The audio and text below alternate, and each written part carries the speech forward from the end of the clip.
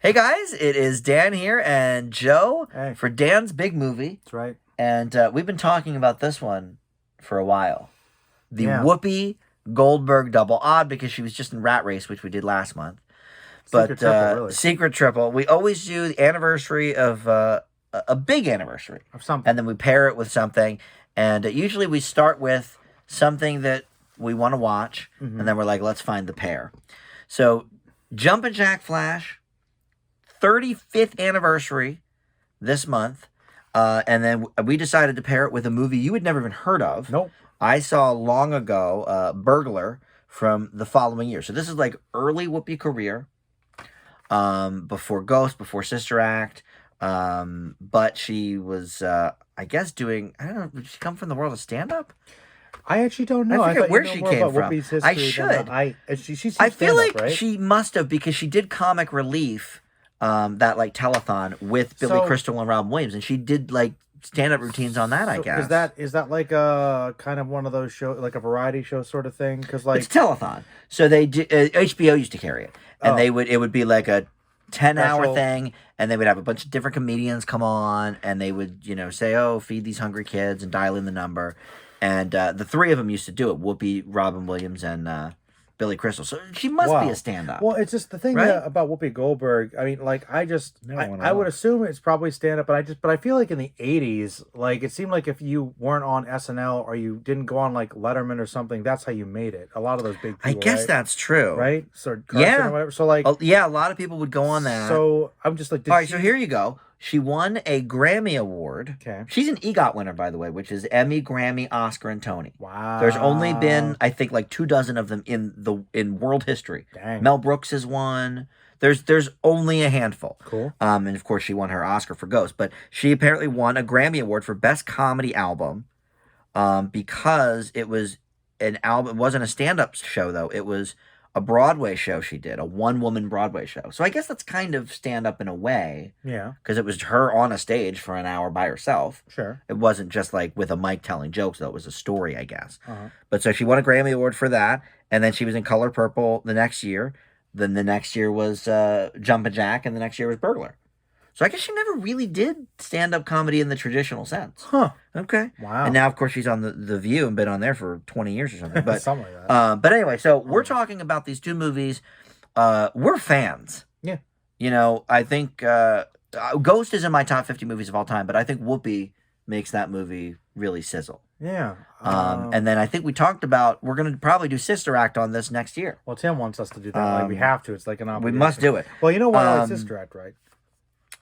It's because it's mob related. Yeah, it's a mob movie. Mob right? So of movie. course I like it. I liked it for the comedy personally, but Yeah, some comedy, some jokes. so this was back in the era when people didn't quite know what to do with Whoopi. It seems so. Because Color Purple is a very, very Dramatic. straight-laced drama. Yeah. And then of course these two movies, which actually turned out to be a pretty good double feature. Yeah. Because the themes are Similar. very similar. Capers. They're both sort of action caper comedies. Thriller, Mystery. genre There's a lot, mix. yeah, mixed. So you have seen Jumpin' Jack Flash a lot. Dun, dun, dun, This was something that you kind of grew up with. Yeah, And I had never seen it. sure. Tell us what's going on in this movie. Of course, it's based on the Rolling Stones song. But you'll tell us why. The gas. Yeah, well, basically, Whoopi Goldberg stars as Terry Doolittle. She's Yeah. like this sort of a computer programmer for this bank, and this is like early internet where the banks Pretty could talk to each other. high-tech computers for the time, though, to be honest. No, like looking back In on it, 86. I thought this was like a high tech thing because it's like banks being able to kind of communicate with each other on terminals. Yeah. like that's pretty cool. It's like basically an internet Ethernet sort of thing. Yeah. And basically she's just kind of apparently really in old movies and spy stuff, I guess, but she's sort of kind of like just sort of a lonely woman, and she doesn't really like her job. Her boss is a jerk because she likes to talk Yeah, to he different sucks. people around the world, and and she's supposed She to kind of say- makes friends with them. she makes friends with really. people because she's Yeah. fun, and she's just Swapping recipes and talking about different stuff. bootlegs, But- concert bootlegs. And she's told to just stop that, just keep it strictly business, or she'll get in trouble. But there's this guy on a secure line that meets her. His name is Jack, and he eventually kind of says, "Help me. I'm actually part of British intelligence, like a James Bond sort of type. Yeah. Like, and I need some help. Can you go to the British consulate for me? And she says, what the heck? Maybe it's a joke or something. But eventually she finds out, okay, when trying to get the message to people, it seems like it's not really going through. Mm-hmm. And really, gradually, it just turns out that he really is in trouble, and there's people after him that don't want him to come back, and she finds herself almost getting killed. This one guy that Yeah, she really gets entangled in all this mess. Trying to find some of his contacts, and finds herself getting layered and layered, doing the bit where she has to try to go disguised to go to the consulate in the ball. Yep. Get her dress caught in the machine and get it done with almost getting naked. Oh yeah, that was gag. this movie. Yeah. Stuff like that. The movies actually do blend together so oddly that some of the scenes I sort of forget which movie they're in. Right, but this is the dress. But really, that's basically God, that was a funny scene. It's her just trying to kind of deal with it as a average Joe, so to speak, like every woman, and really that's it. And the question of will she save the day, and eventually we always talk about that. It goes that way. So all right, so really that's it. The background of this movie is this was directed by Penny Marshall, who apparently is one of the greats, I guess. Look, I have always said weird. Penny Marshall is a fabulous director. Now, of course, she got her start as an actress in Laverne and Shirley. That was her big show. But she directed Big. She directed League of Their Own, Awakenings, one of your favorites, Renaissance Man, underrated. It is. And this was the first. This was her first feature film that she directed. And it's weird, like, I'm interested bringing that up because you read off that list, and she's one of those people who, she had a very, I guess, short career directing movies, but to my knowledge, they're all pretty dang good. Yeah, I mean, I haven't seen Ren Man, but I trust that, your taste in it is I think it's quite good. Funny, but even some of these others. Big, fantastic. League of Their Own, I know you haven't seen. I love it. We'll probably do that next year, I think, because that's the anniversary. But Brittany will be like, but yeah, I mean, she really, and I don't know what that's from, but Gary Marshall did, I think, Princess Diaries that we just talked about. Yes. So that is his sister is Penny, and he's in this movie for a cameo. But the police chief, yeah, it's the police chief. So, and he does some pretty good movies as well. So obviously this is sort of a family thing. But I don't know why specifically she was chosen for the director for this, but most of these movies do have some, maybe not so much Awakening. Awakening's pretty dramatic, but do have some sort of comedy element to hijinks. Them. Like Big, obviously the whole premise is a little comedic. But they're all very different though. Very different. All the movies are very different plot-wise. Yeah. There's no repeats really. No. So is Renaissance Man like a straight-ahead comedy? Pretty, maybe a little drama, but like mostly comedy, but some drama in there. League of Their Own, that's a sports movie essentially, but it's a drama and some comedy as well. Got supernatural elements. Yeah. Like so everything's a little bit different. And I like that. She can do variety. Which is awesome. So the original actress, both of these movies, by the way, had different people playing the leads before Whoopster came on. Whoopi, yeah. So the one for this was an at the time very hot TV actress, Shelley Long, who was on Cheers at the time. Okay. This would have been before she left Cheers, but I could see that. she was supposed to be the lead. I could see that. And at the time, she was doing some of those like. I know you don't really follow the career of Shelley Long like I did, but she was in this movie called Outrageous Fortune with Bette Midler, which was also sort of an action comedy kind of thing, sort of buddy caper movie sort of thing. So she was sort of kind of getting her feet wet with that. But yeah, I don't know, maybe she had to opt out because of the Cheers schedule. I don't know. But for whatever reason, she was out. And so they got Whoopi in the mix. Okay. Pretty cool because really... I mean, she's the lead of this movie, obviously. Yes. And I don't think, Color Purple, I have not seen. I've read the book. I've seen it. But as far as I know... Ensemble, it's right? Ensemble. I think maybe you could say she was the star of it, from what I remember in the book. But I feel like it's a pretty big ensemble, that movie. Is she on the cover? Is she the one on the cover? Reading or whatever? Or is that Oprah? Because the hair looks like Whoopi's hair. I think it might be Whoopi. Because I feel like when people think of Color Purple, I think they think Whoopi. I think they think Oprah because she hasn't been in that many movies. I don't know. Actually, I think it's Steven Spielberg. but in terms of acting, it might be Whoopi. You're right. I don't know. I haven't seen it. Yeah, I don't know. You're right. But look, I mean, this is clearly her story. But there's a lot of really famous people in this movie. Mm-hmm. John Lovitz from Saturday Night Live, Phil Hartman, Saturday Night Live as well. Carol Kane, who was a comedian at the time. She was in Scrooged as one of the ghosts. She plays her, buddy at the office. Yeah. Seventh Heaven Man. Oh, Captain Steven, Decker. what the heck is his real name? Star Trek: The Motion Picture. Star Trek: The Motion Picture Man, who's now, of course, known for many other things unscrupulous things. Yeah. Stephen Collins, that's it. Yeah. And Annie Potts. Annie Potts, you like? Of course, I always love her. And she plays the friend of Jax. And Jax is the great British actor Jonathan Pryce. That's right. Which is pretty cool. And which also, we find out at the end. One of the henchmen is also John Belushi. Pops up a couple times. Jim Belushi. Jim Belushi. And one of my least favorites. And I don't really like him that much either, but you know what? He's not bad in this. I liked him. He's a good bad guy. He's not bad He's in a this. good bad. And you know what's funny? Not to go off on a tangent, but you know something else I liked him in? Tell me. He is actually in the Twin Peaks third season. Really? In the new Showtime season? Everybody's in that show, and he is a what? Bad guy. He's a gangster. No, he's not. He's one of the gangsters. All right. Well, look, I hate Jim Belushi, but you know what? I think he's okay in this. He's actually he's all right in this, and actually SNL alum as well. So he was on SNL for a year. Yeah. So a lot of Saturday Night Live people in this, but all right. So I don't have a whole lot of trivia on this. Just that Shelley Long was supposed to play it, and it's Penny Marshall's first movie. So we can talk about the movie itself now. I kind of enjoyed this movie. I didn't know what to think going in. I'd always heard things. But it's one of those 80s movies that people do kind of talk about here and there. It's not always mentioned up there with some of the greats, but when you talk about early Whoopi, I think people mention Jumpin' Jack Flash. Honestly, other than you, and people in my family, my mom and sister, no one ever talked about Jumpin'. Is that right? You never heard of it otherwise? It's one of those ones that I'm glad you appreciate it because no one else ever. Yeah. Well, look, I was getting into music like really right around this time. And the Aretha Franklin cover of Jumpin' Jack Flash was big on MTV at the time. Sure. And I actually didn't know the Rolling Stones song because like I said, I was just getting into music. My parents liked the Beatles. They didn't like the Stones. So I knew about the Beatles music. But Jumpin' Jack Flash, I'd never heard of, didn't even get the reference. So for a while, I actually thought it was an Aretha Franklin song. But they had clips from the movie in the video, and so it was R-rated, so I certainly couldn't see it because I was like 9 or 10 when it came out.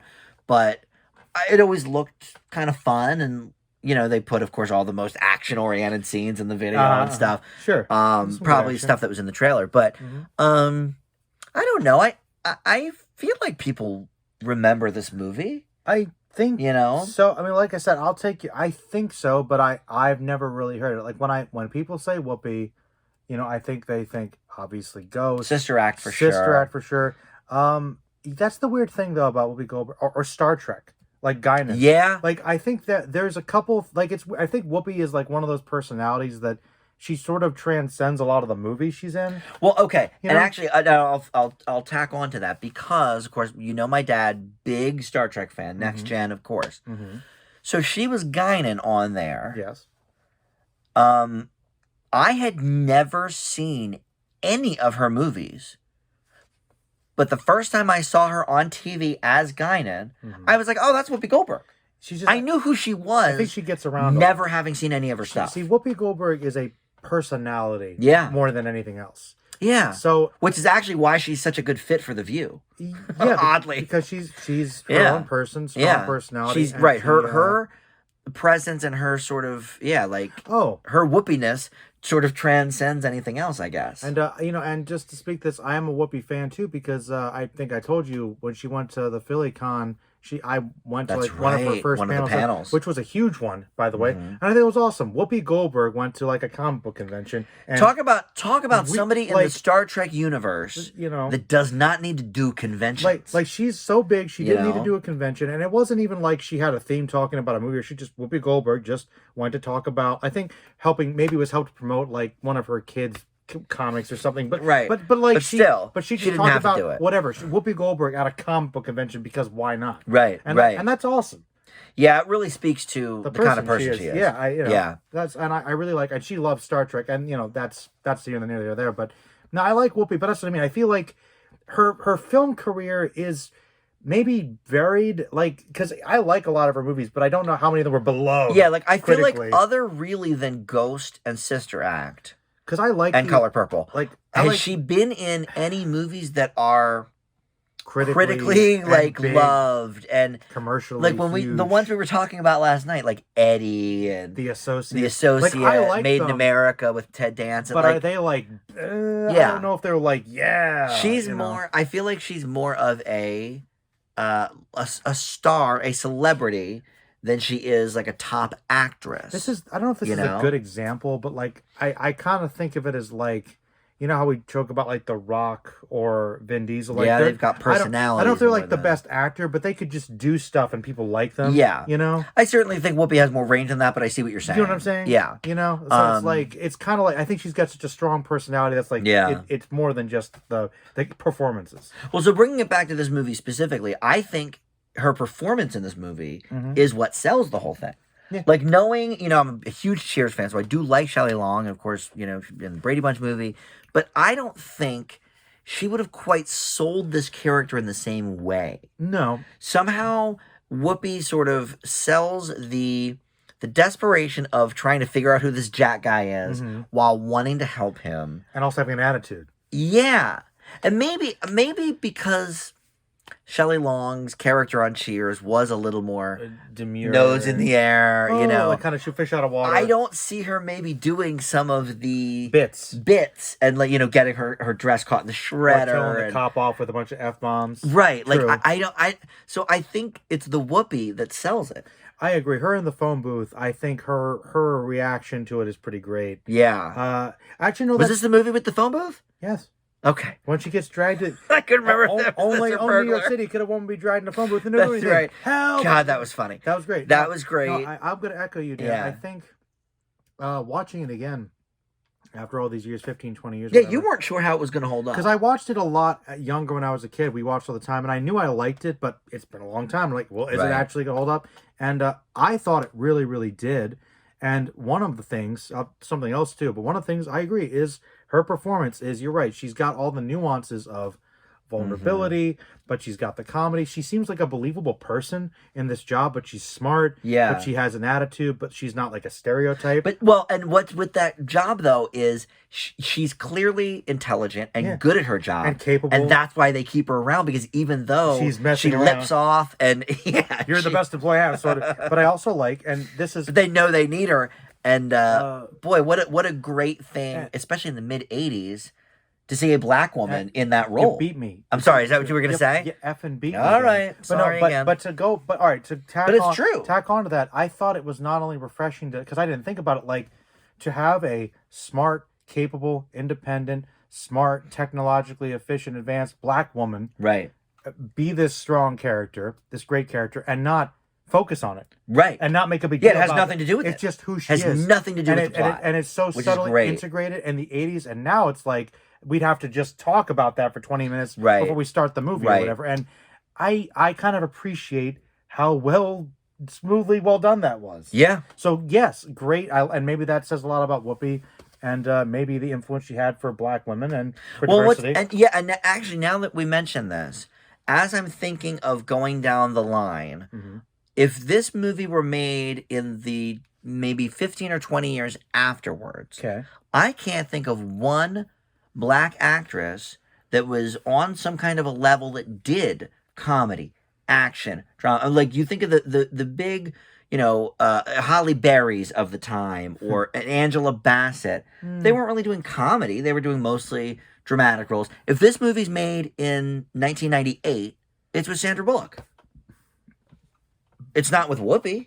True. And so I think that's refreshing too. And I'll tell you, I wonder if Eddie Murphy kind of opened the door for that kind of thing. Yeah. Beverly Hills Cop, his race had nothing to do with it. It was just a funny movie. Yeah, sometimes he makes 48 hours it did. Yeah, 48 hours. but I think that we mentioned this too. Something about the 80s specifically with this weird action comedy with that was a huge demand in the 80s. 48 The action Hours, comedy, Beverly Hills Cop. I think Lethal Weapon, and this is and both of these movies. These movies kind of fit very well into that very unique 80s sort of Police Academy. Just it fits, and it's got a little bit of everything. And the other thing I really like about the movie is, quite honestly, just the filmmaking itself. Like, we were kind of like sort of poking fun of, like, okay, the shot here when they pan back and they out of focus, and we established this shot. But the thing is, it's all so efficient, and you can tell that, like, maybe it's textbook, but like it's well done. And one thing it's great martial direction. And also, once again, just editing and the sound design direction.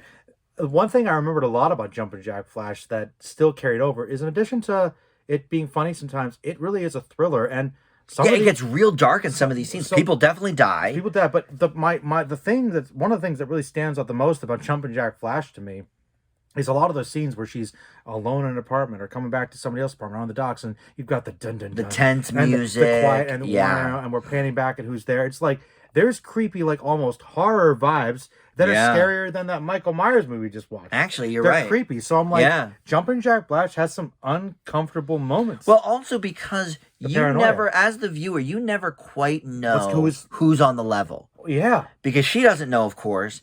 And so, like, I thought, I love you jumped a couple. there were a couple gasp moments for sure. Like you thought she's gonna get it. And I kept saying who I thought was doing bad. what. I think he's good. And I thought he was bad. Wrong on most of them, which is good. Speaks to the effectiveness, I think, of the material. You thought the one guy was good, right? That she kept talking to.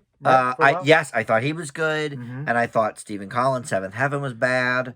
Good. Yeah, which and that's the mark of a good script, I think. And I like Mr. Van, whatever his name was, that first guy. Oh yeah, he died early. Mr. Van Hatten. Or whatever. He died Mr. Van early. Halen, Van Morrison. Yeah, she couldn't remember either. But I always liked that. I don't know, it was good. Kind of a first, like, opening. We're in serious business now. And she's like, that's probably the funniest part of the movie for me is after he gets killed, and she's trying to slowly, calmly talk to the cop about what happened and building up her frustration. Yeah, he doesn't believe her. I love that. My favorite scene, I think, is in terms of the comedy. Phone booth? Is or the dress. I was going to say the dress, but I do like the photo. I think the dress though, because it's all her. Yeah, she's the only person in that room. It's all this physical comedy.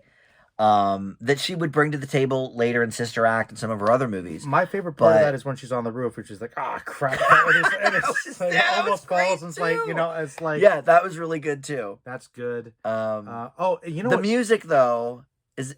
Music's good. Wasn't this the movie though where we watched them back to back, so it's hard to tell. Burglar had worse. Was it Burglar that it wasn't like lined up right? No, that we liked the soundtrack because sometimes it was 80s and dun, dun, dun, dun, dun, like it was good, but then all the other stuff was like more dun. I thought that scene where she was on the roof though, the lyrics matched up. But the music was way upbeat. Burglar. That was Burglar. Okay. We're on the roof at night. That was Burglar. Okay. That was. I apologize, folks, but this says how similar in theme these movies are. I disagree because we watched them right back to back. I'll admit it was late, but Burglar was more of a struggle for me. No spoilers. Yes. But look. No spoilers. But yes, this is a better movie than Burglar. Yes. But okay. I thought that was this movie though. You're right. But no. The shredding of the dress. Because here's the thing. That was such a common 80s sort of the shredder. The shredder, like John Candy loses his tie and who's hearing Crumb that way, and like it happened a lot for comedic effect. But I don't think I've ever seen it funnier than in this scene. And what's his name? Yeah, that's right. We talked about that. Chuck McGill was in this too. That's right. Michael McKean. Michael McKean was in this briefly. Yeah. That's the other thing. Right, because Penny Marshall directed, and he was her co-star in Laverne and Shirley. That's right.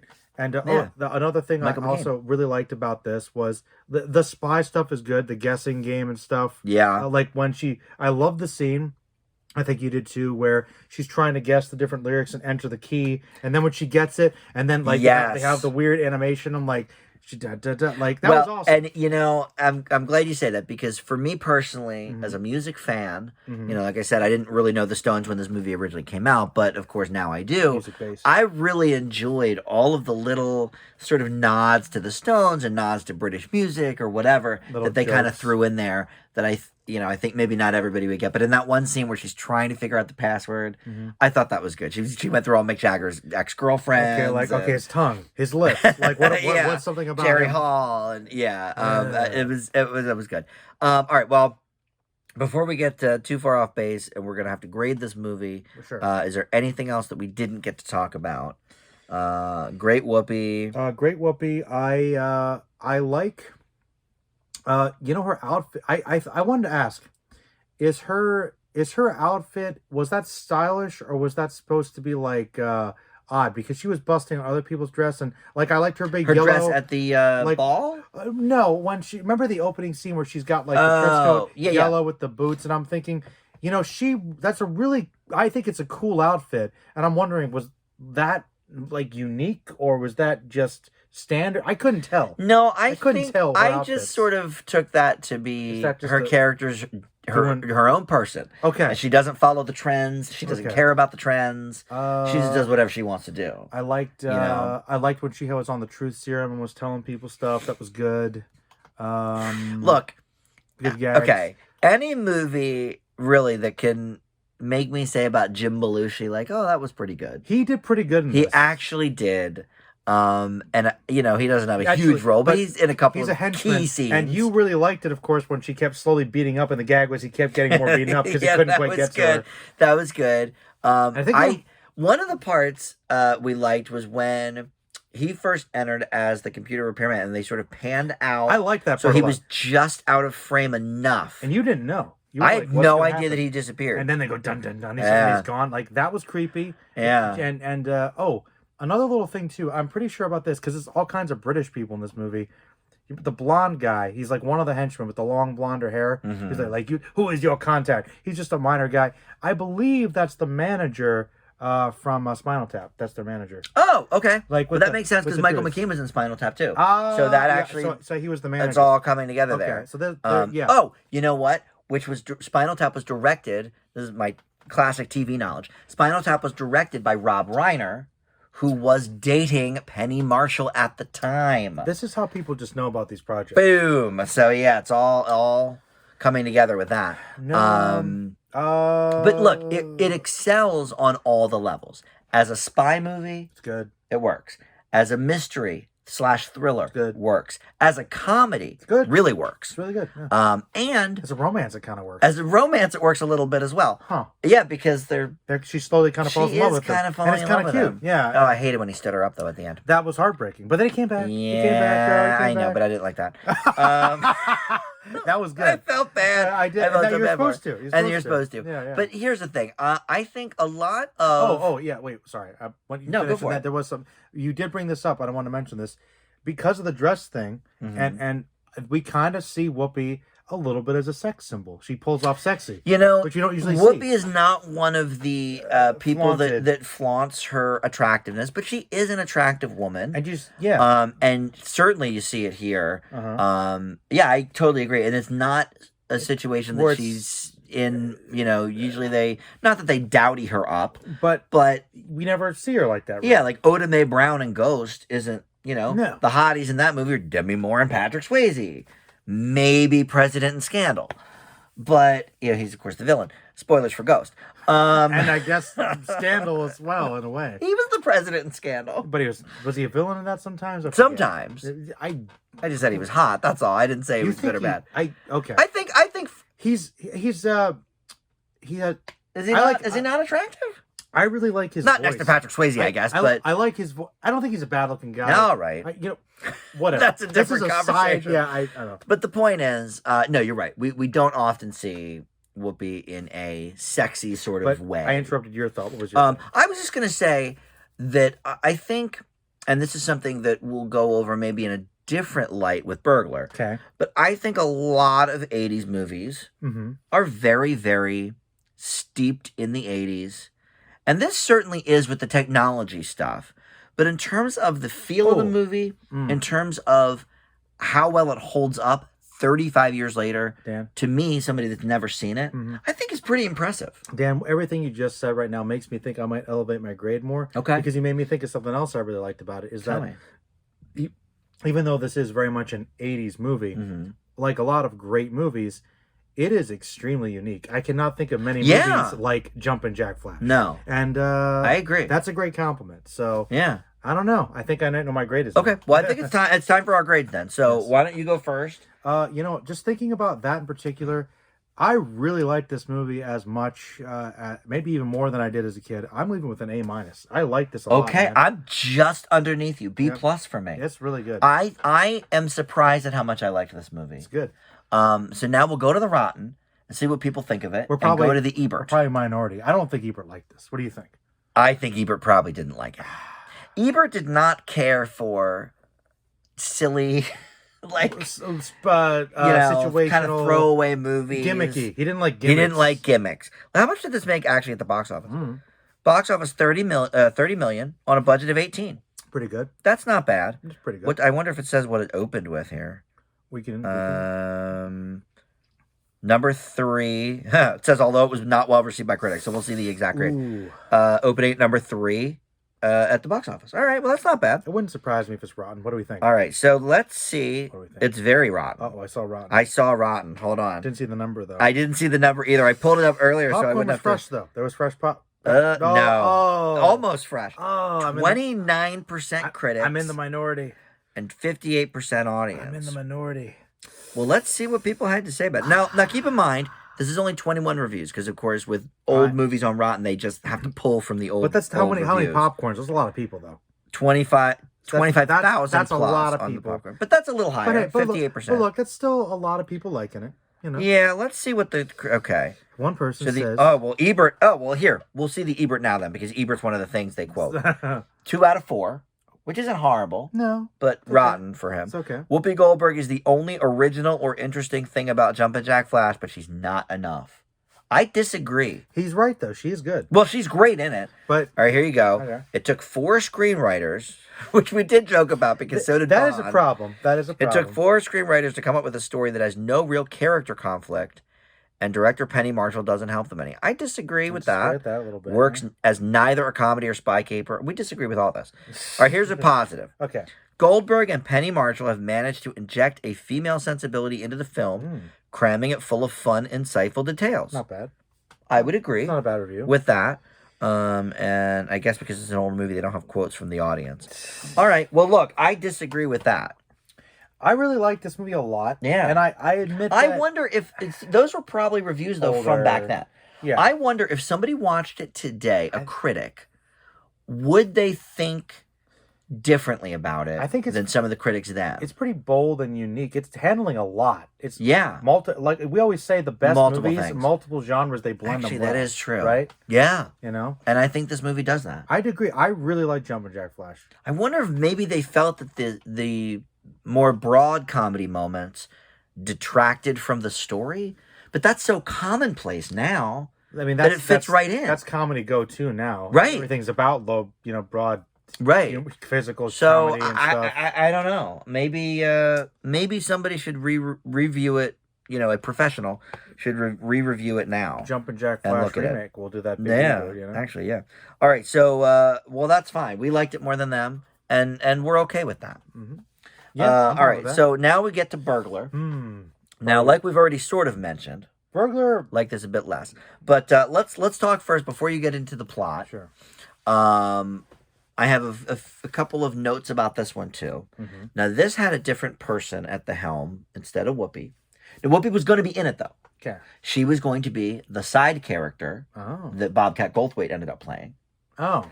But this is based on a book, and a man is the lead character, and a female is his neighbor / buddy. Mm-hmm. So the man in question that was going to be in this movie, and I think it would have been a very different movie again, Bruce Willis was going to be the lead in this. And of course, this is around the moonlighting era. This is before Die Hard. Well, but this is when he was doing like romantic comedy movies and stuff, like Blind Date with Kim Basinger. I think I could kind of seen it, but I feel like I could see it. He could passed on it and then did Bandits later is what eventually happened. Oh yeah, so, that's right. So I think that this was like here's what's interesting though about this. I think could see it because of our, let's say, mixed feelings about Bobcat Goldthwait. I mean, he was funny for the first couple times he showed up. I think maybe this movie actually could have worked better with Bruce Willis at the helm and Whoopi Goldberg as the side. I would have liked to have seen because that. Whoopi's great in whatever role she's in. I think that pairing would have been better than Whoopi and Bobcat, to be honest. Well, it's because they would have been better You know, actors together, and you know. I think their characters would have had more chemistry to work through and Yeah. more bits. Like, because his thing was just one bit every time. Yeah, kind of being loud. If you don't know, before we get into the specifics of this movie, Bobcat Goldthwait was a very sort of loud, obnoxious kind of comedic actor. He was in Police Academy. I think 3 was the first one he was in. Oh, he was on the original. 3, 4, 5, 6. Yeah, because you saw the original. He was not in that. That was funny. He might have been in 2, but I think he started in 3. 3, 4, 5, 6, I think he was in. He did this movie Hot to Trot with the talking horse. That was like his big starring role. It was a huge bomb. I never heard of it. But now he does directing. He directed a really interesting, dramatic Williams movie that you and I enjoy called Father of the Year. Great movie. From, just a few years before he died. Yeah, great movie. So, he kind of directs independent movies now. Good, yeah. I guess he's back on the comedy circuit as well, doing stand-up. But here's the kind of person he is. And this is the reason I don't like, who's the guy that did Man on the Moon about? Andy Kaufman. Bobcat sort of was a go for broke kind of comic. He got banned from the Tonight Show because he set one of the couches on fire while he was a guest and then pissed it out. That's a whole nother level of comedy. So this is the kind of comedian he was. Obviously, it only lasted about 3 years. And so this is kind of right in that wheelhouse where he was... Oh, you might know him from Scrooged, viewers. He was Bill Murray's coworker in Scrooged. That he gives a Zerbert to on his belly in the elevator. I was trying to figure out what his style of bit he was doing, and I realized I thought he was kind of like, is this where Barney Gumble kind of gets his inspiration from? And I realized he's like a fusion of Barney, who's funnier, and a little bit of our buddy Pee Wee. If you fuse them, that's kind of what he sounds like. And I was like, I could see that. It's like it's kind of funny. Pee-wee. I like Pee Wee too, but like that. But it's a shtick. It's a shtick, and like it's like it's. But I feel like there's so much more to Pee Wee. I know. You know what I mean? I'm just saying the general portrayal of his demeanor, how he speaks. It's similar. Okay, but there's more to the character, but it's very one note. It's very one note. I'm not sure. I did laugh a couple of times. I did like when he was in the interrogation room.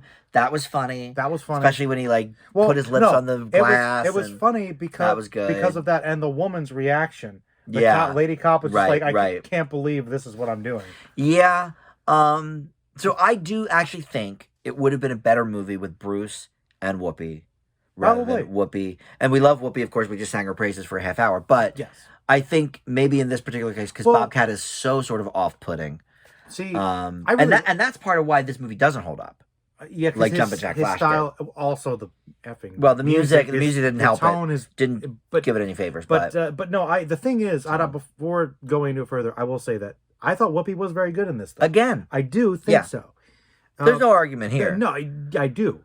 But I just think it would have been a more cohesive movie with Bruce and Whoopi both in it, and for other reasons, and for many other reasons. We'll get into it. But all right, so give us the brief synopsis here of the burglar. Very brief synopsis is really that Whoopi is a burglar, but kind of as like a side business because she's got this bookstore, but she's struggling and she burgles because she takes on jobs because she actually owes money to this guy. A lot of money, so tens of thousands of dollars. She's to this discount Dennis Farina guy. Yeah, who was also in Police Academy, by the way, G.W. Bailey. Lot of discounts in this, but basically she's taking on these other jobs to try and kind of make that big deal.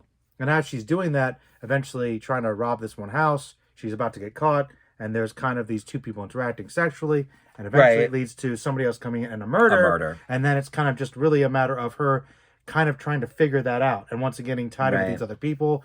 You've got these cops that are kind of on the way, and she's kind of taking some of the heat for that. So it's almost like trying to clear her name at the same time. And it's very similar because it is kind of a thriller, like Jumpin' Jack Flash. Yeah. She's kind of a witness, but also trying to figure out the mystery. And she's the main suspect as well. On the run. Yeah. So it's like, Yeah, she's on the run in both movies. And this is the one, so you had never even heard of this. No, this was totally new. I watched this on HBO at my grandmother's place when I was a kid. Well, big fan, I don't know. But you're always like Burglar. It's one of the first R-rated movies I ever saw, I think. Because it was on, we didn't have cable, but my grandmother had HBO, so this was on late night. Me and my brothers were like, oh, that looked funny when we saw the previews. It's R-rated, we're naughty, we're 10, let's watch it. Dan? It's one of the first R-rated movies I remember seeing, so that's why it sort of stuck with me. Because it's you. But I didn't remember much about it, because though, it was you, and you were talking about this movie off and on for years. Oh, God. Burglar, this is your go-to for jumping. That's not... No, yes, it was. It was. You'd always bring it up. You always like Burglar, and that's fine.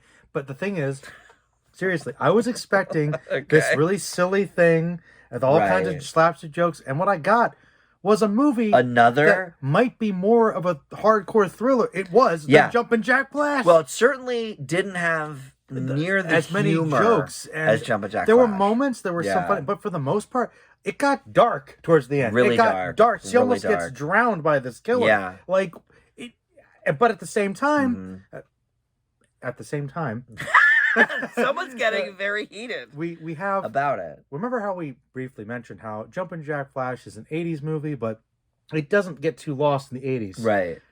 Some of the music. This is one of these movies like Beverly Hills Cop 2 or it's too much. A lot of these 80s Secret of My Success you mentioned off air.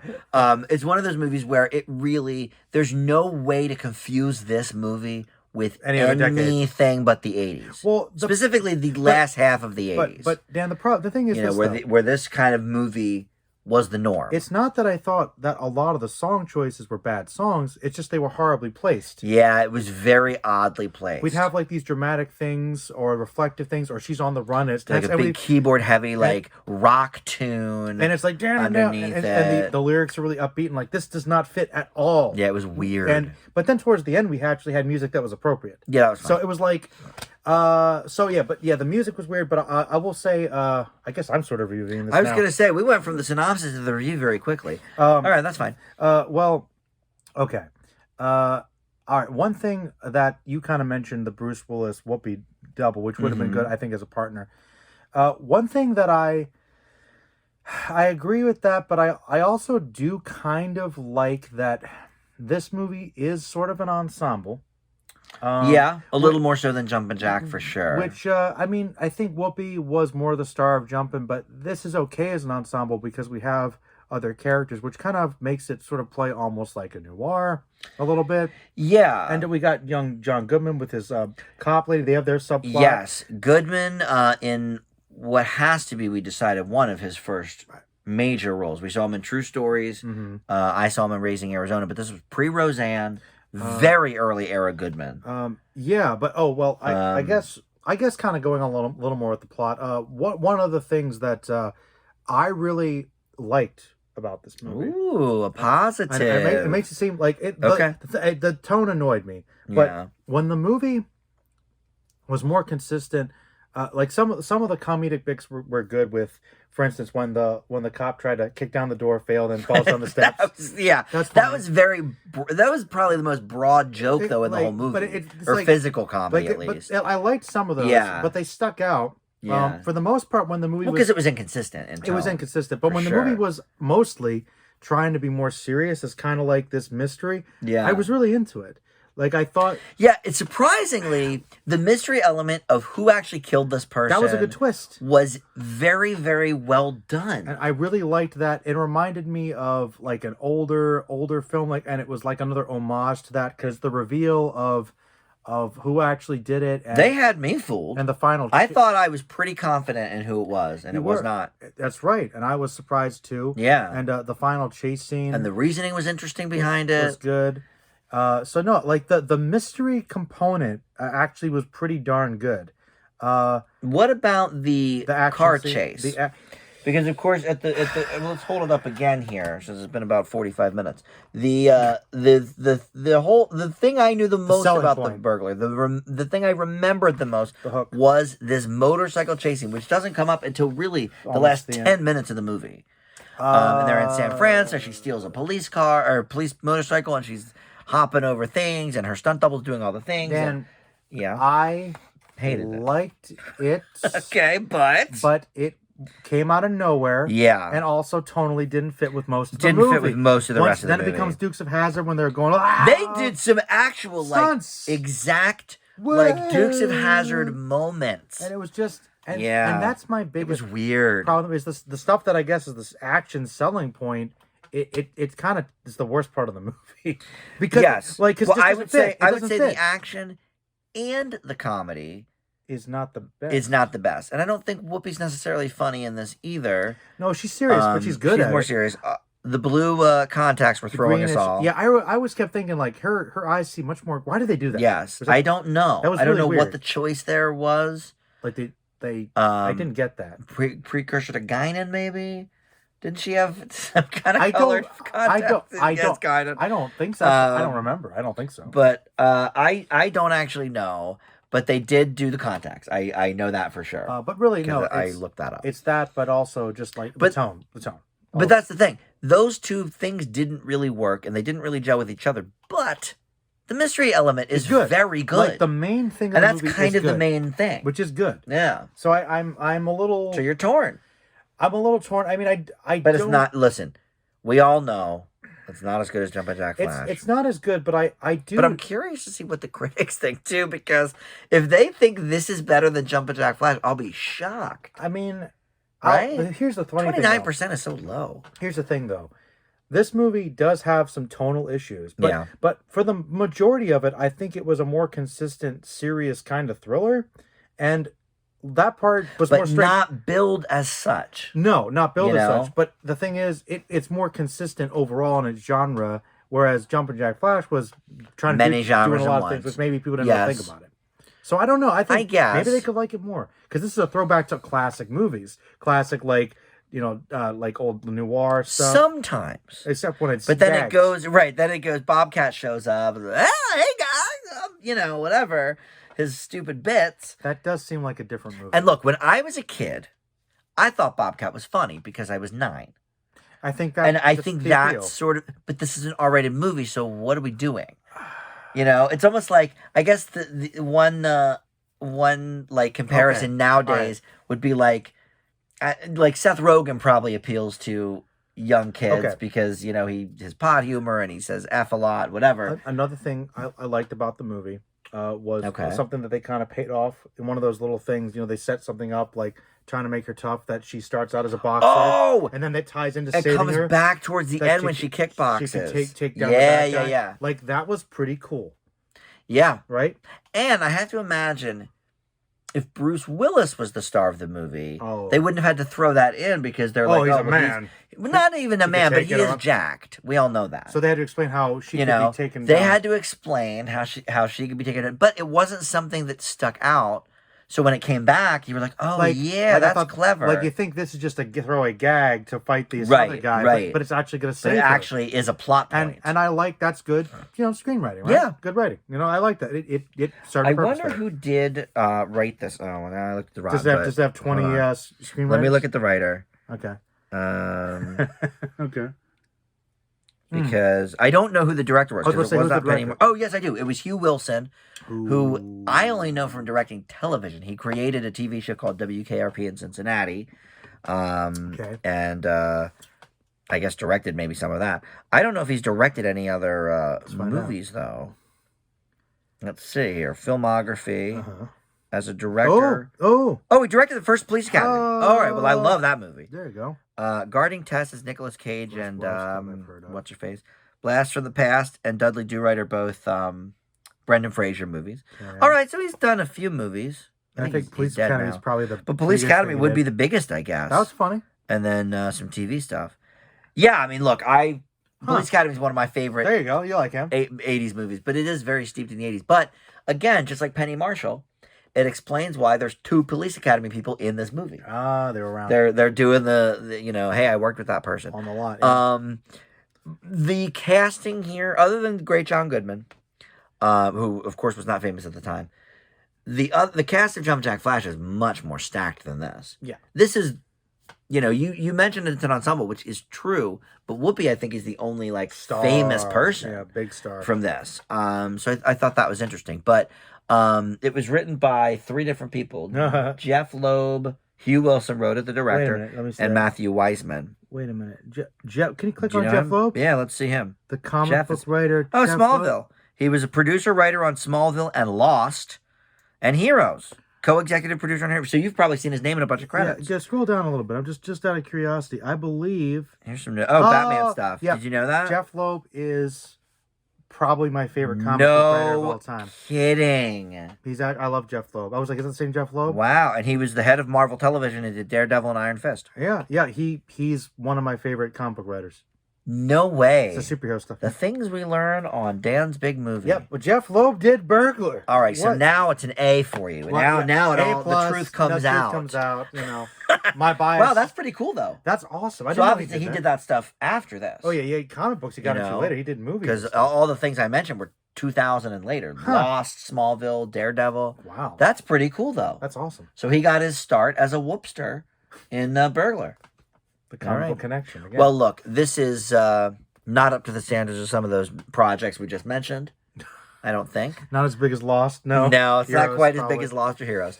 But it's interesting that all of that is sort of more on the sci-fi fantasy slash superhero stuff. This is more straightforward. certainly grounded in some sort of reality. It's not supernatural at all. It's not much of a fantasy. No, I like that it's kind of, again, an old-fashioned God, the mystery caper. element is so good in this. It's good. I wish the rest of it was more consistent. lived up to it. Yeah. Mostly it's the music, man. The music was just read all over the place. The music did sort of set the tone on an off note, no pun intended. But yeah, it sort of set it off in a way that did not match the film. I agree. So, all right, well, overall, I think this is easily an entire letter grade worse. Mm-hmm. And I think I'm going to maybe knock it down just a hair below that. Okay. I'm going to give Burglar a C. Oh, Is that too low, you think? dang. Well, I'm glad it wasn't just me. I had a hard time with this movie. No, well, look, we were both tired too, but still, this is clearly an inferior movie to Jumpin' Jack Flash. I really liked a lot of the mystery stuff, but it didn't hold together as well for me. Didn't have, all the parts didn't quite connect. I want to go back and watch the second half when I'm more awake sometime, but Okay. because I'll admit it was having a hard time with my attention. I'm gonna give it a C+ then. Okay. I'll be a little nicer. Well, that makes sense because your Jumpin' Jack Flash grade was just one hair above mine. Uh-huh. So I think this movie is easily a grade and a little below Jumpin' Jack Flash. And I think this almost ties into Ghost too, because Ghost, she does some funny things, but Ghost is mostly a pretty serious movie, right? Yes, except for her parts mostly. Which is she weird. does the bits at the bank and the stuff. All right, but, so she can fit into that. now this is, here you go, 27% Oh, so people do like this one on worse. the critics and 39% on audiences. So even audiences didn't care for This it. is not as popular.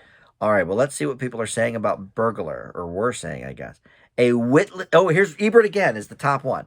1 out of 4 stars. Dang. A witless, hapless exercise in the wrong way to package Goldberg. I think that's a little harsh, but It's okay. a little harsh, to be completely honest. I think that might be the only one we actually get a synopsis from. Sometimes some guy gave it a 5 out of 5. He loved it. Yeah, it seems extreme. 2 out of 5. 2, 3 out of 5. 2 out of 5, I think, is about right. 2.5 out of 5 or It's a something. fresh one though. Here you go. Basically rubbish That's a fresh one. with star power and a very funny Bobcat Goldthwait. So we're not taking him seriously. This is for Joker magazine or something. You know? Oh, here you go. One of Whoopi's laziest vehicles, and she's done her Shannon. That's from 2002. So after a lot of the schlock she did in the late 90s, I guess. But, yeah, look, I mean, judging it from a 2002 lens, sure. But I think even at the time, we can admit we've seen a lot of better 80s movies that are clearly steeped in the 80s than this. Absolutely. You know? And I think it's a shame because I Yeah. like, once again, I actually think if it committed to just not being as silly, it would have been even better.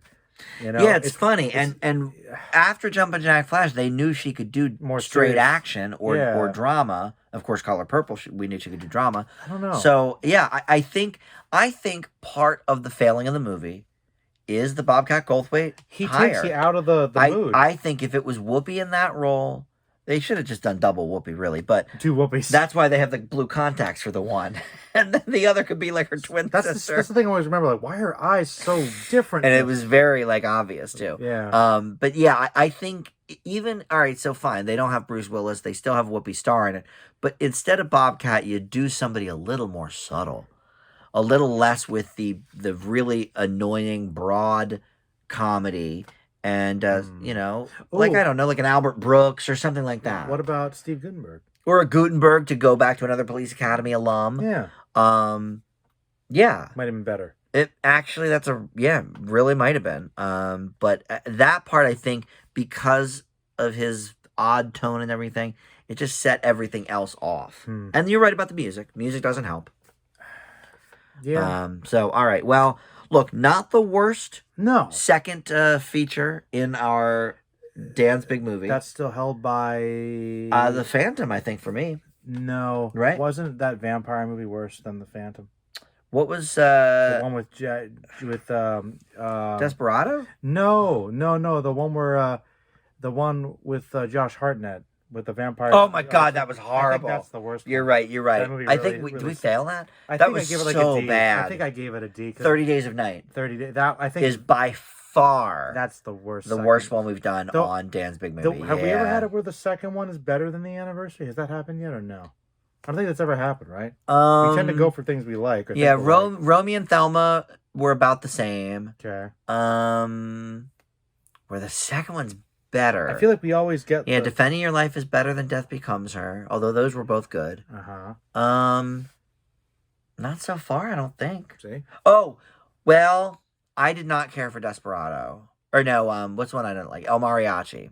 Or no, what's the one we watched with that? Desperado. Desperado's the one I didn't like. And then I liked... But remember, we messed that up. But we messed that up. That wasn't really the one, yeah. I got it. In that package, True Romance was the best of the three. That's right. And that wasn't the anniversary. That's right. So that's the answer. And that was like the True Romance was the bonus one. We just decided to do and it turns out that was the best one. Because that I think that's the one we wanted to do, but then we got so mixed up. We got really messed up somehow on the timeline of the anniversary, but that was funny. Either way. All right. Well, this has been fun. So we've got the two for the rest of the year. November is going to be the Shakespeare in the Present double. Romeo plus Juliet, and then another one. We have like three choices of... You decide. Of Romeo... what is it? Ethan Hawke and Hamlet. Everyone's like, don't do it, but that's the one that makes the most sense. It's I think we might do it. And then December is going to be our big musical episode. West Side Story, 60th, I believe. A new one coming out. And with the new one coming out, of course. And then Fiddler 50th. Sometimes I feel like a fiddler. And that's going to be great. And we'll probably have a 2-hour episode to compliment. I know. You know it. And then and I have like the 4 DVD West Side Story box set, so I'm going to watch all the extras and fill everybody in. Nice. But next year... Exciting. Is 90... We'll look at 92, 87, 82... 82, of course, sci-fi. We've already talked about off air. Yeah. We haven't done a sci-fi yet. You know you need to get a couple sci-fi. Which is ridiculous. Thank you. We've just done 80s comedies. Mostly 80s. Well, a lot of them. We have done a lot. I know, and I'm like, I can't deny we got to give some Joe love. We did a couple. We did Silence of the Lambs. We did a couple of Joe movies. Okay. But then we also did Romeo and Michelle. So I liked it though. But you did like it. I liked it. But yeah, so if you have suggestions, please, anything more than 10 years old. So we're looking at 2012 would be the latest. Yep. So 2012, 2007, 2002, anything like that, 97. Let us know in the comments what anniversary we can do, and then we'll figure out a nice pair for it. I agree. So thank you for watching. I know these get a little long in the tooth sometimes, but I think it's fun to really do some long form old movie discussions. I mean, I enjoy doing them. Yes, and I appreciate that, and thank you, Joe, for coming over as always. Welcome. We'll see everybody next time. Bye.